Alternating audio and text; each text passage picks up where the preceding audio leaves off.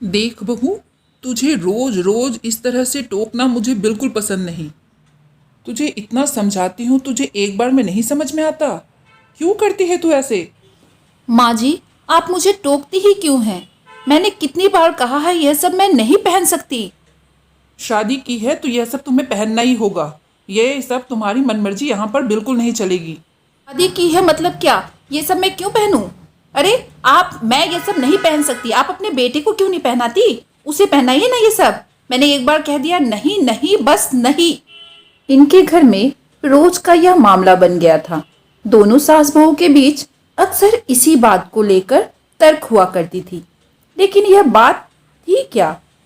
क्या सास चाहती थी जो श्वेता नहीं करना चाहती थी? आइए जानते हैं पूरी बात को।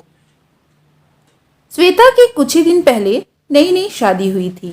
शुरू शुरू में तो उसे सजना सवरना बहुत पसंद था।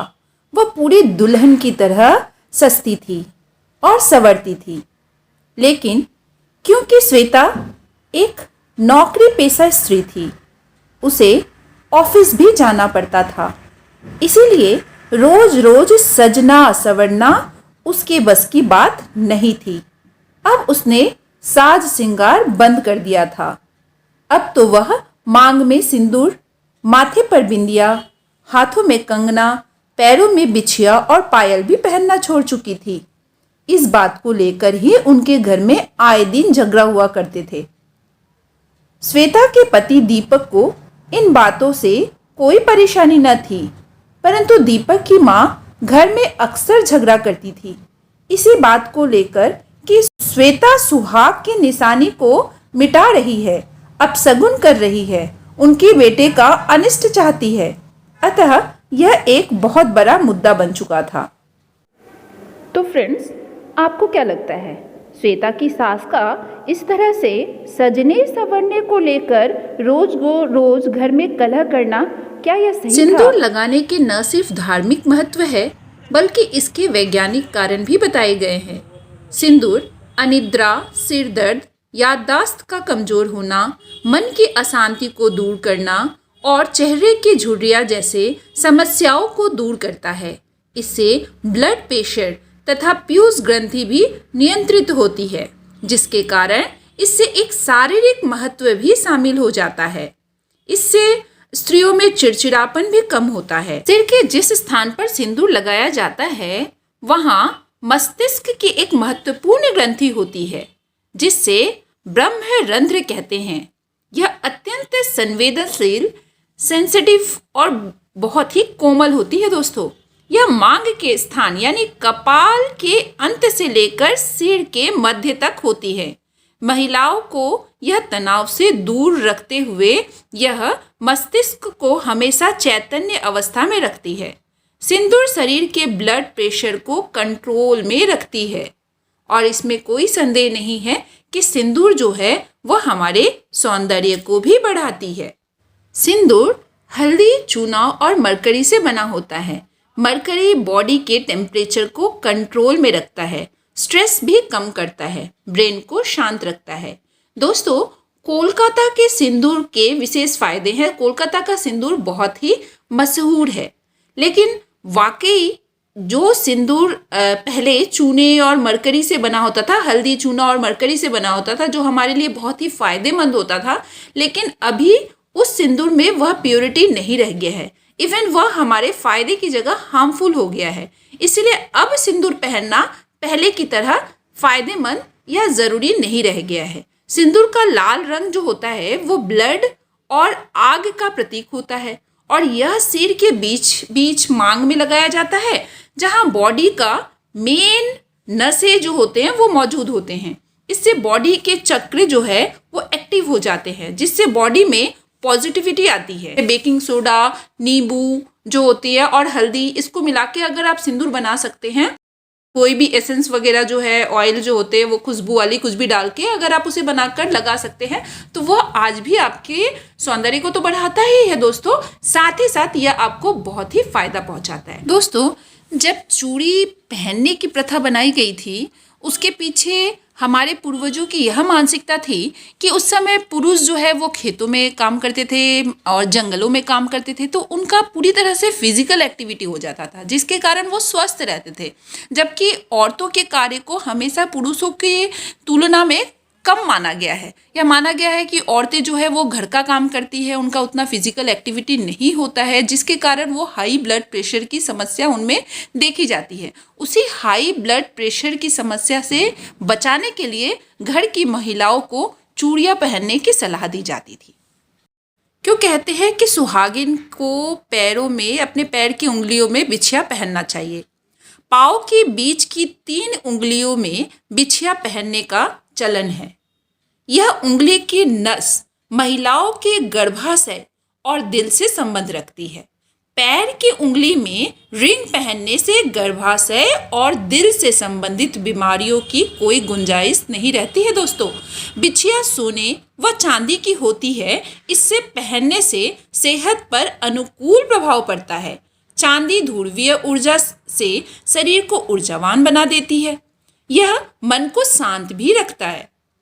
स्वास्थ्य के में यह हमारे स्वास्थ्य के लिए बहुत ही लाभदेय होता है, रामबाण कहलाता है। दोस्तों, वेदों में ऐसा कहा गया है कि बिछिया पहनने से महिलाओं का मासिक चक्र नियमित बना रहता है। बिछिया पाँव की उंगलियों में भी एक्यूप्रेशर का काम भी करता है, जिससे तलवे से लेकर नाभि तक सभी मांसपेशियों में रक्त का संचार अच्छी तरह से होता है। विज्ञान के अनुसार पाँव में बिछिया महिलाओं की प्रजनन क्षमता को बढ़ाता है। आयुर्वेद में तो बिछिया को मर्म चिकित्सा के अंतर्गत बताया गया है। तो दोस्तों, आशा करती हूँ आप समझ गए होंगे कि बिछिया जो है, यह आजकल जो है हम जबरदस्ती कि नहीं सुहागिन हो गए हो तो आपको बिछिया पहनना है, आपको सिंदूर पहनना है, ये जबरदस्ती हम नहीं कर सकते। यह नियम, इन सब जो नियम हमारे पूर्वजों ने बनाया था, इन सब के पीछे यही कारण था कि हमारी घर की जो बहू बेटियां है वो स्वस्थ रहे। तो उसके लिए, क्योंकि पुरुष जो है वो बाहर जाते थे और वो शारीरिक कार्य करते थे, औरतें जो है वो घर में रहती थी और घर का कार्य करती थी, तो उनके शरीर जो है वो स्वस्थ रहे। क्योंकि औरतें जो होती है वो पूरे घर की आधार होती है, पूरे घर को संभालती है, तो उनको सुरक्षित रखने के लिए, उनको स्वस्थ रखने के लिए ये गहने जो है, ये आभूषण जो है, ये जगह जगह पर पहनने के नियम बनाए गए थे। भारतीय औरतें कुमकुम बिंदी क्यों लगाती है? माथे पर कुमकुम या बिंदी लगाना पुराणों में काफ़ी शुभ माना गया है। कुमकुम या सिंदूर से सुहागिन महिलाएं अपने माथे पर कुमकुम से या सिंदूर से, किसी से भी जो बिंदी लगाती है, बिंदी दोनों भौहों के बीच माथे पर लगाए जाने वाला लाल कुमकुम का एक चक्र होता है, जो महिला के श्रृंगार का एक महत्वपूर्ण हिस्सा तो होता ही है। साथ ही साथ इसका वैज्ञानिक मान्यता भी इसके पीछे यह है कि विज्ञान के अनुसार बिंदी लगाने से महिला का आज्ञा चक्र सक्रिय हो जाता है। यह महिला को आध्यात्मिक बने रहने में तथा आध्यात्मिक ऊर्जा यानी स्पिरिचुअल एनर्जी को बनाए रखने में सहायक होती है। दोस्तों, दुल्हन को मेहंदी क्यों लगाया जाता है? आपने देखा है कि अक्सर जो है शादियों में मेहंदी लगाई जाती है, तो इसके पीछे का कारण क्या है?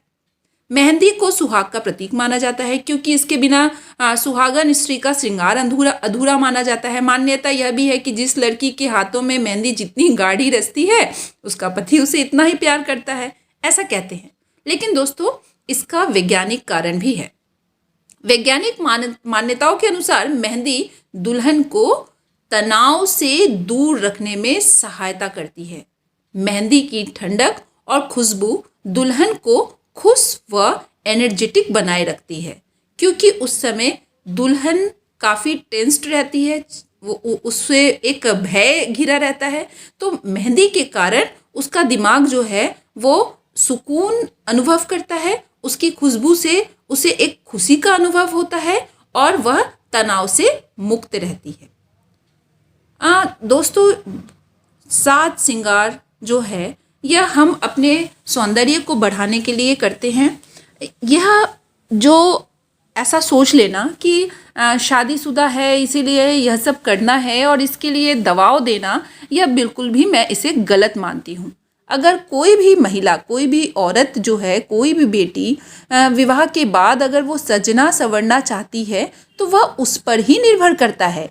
वह सुंदर बनने के लिए सजती है या अगर वह वैज्ञानिक फ़ायदों को समझती है इसलिए वह सिंदूर लगाती है, बिछिया पहनती है, कंगना पहनती है, तो अच्छी बात है। लेकिन घर के बुजुर्ग अगर यह सोचकर उसे दबाव देते हैं कि नहीं यह प्रथा है, इससे ऐसा ना करे तो पति का अनिष्ट होगा, इस तरह की धारणाओं को अपने दिमाग से निकाल ही दे तो अच्छा है।